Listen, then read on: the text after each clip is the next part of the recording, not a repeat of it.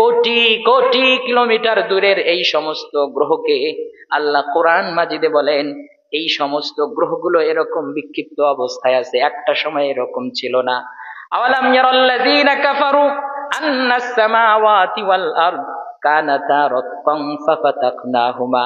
আল্লাহ বলেন ওই যে নেপচুন, প্লুটো, ওই যে শনি, বুধ, শুক্র গ্রহের নাম শোনো, অসংখ্য গ্রহ, অসংখ্য বামন গ্রহ, অসংখ্য গ্রহাণু, অনেক ধরনের ধূমকেতু, নিহারিকা সহ, black hole, white hole, worm hole সহ সবগুলো একত্রে যতটুকু ছিল, আল্লাহ রাব্বুল আলামিন কোরআন মাজিদে বলেছেন এই গোটা সোলার সিস্টেমটা একটা পানির শিশির বিন্দুর মতো ছিল।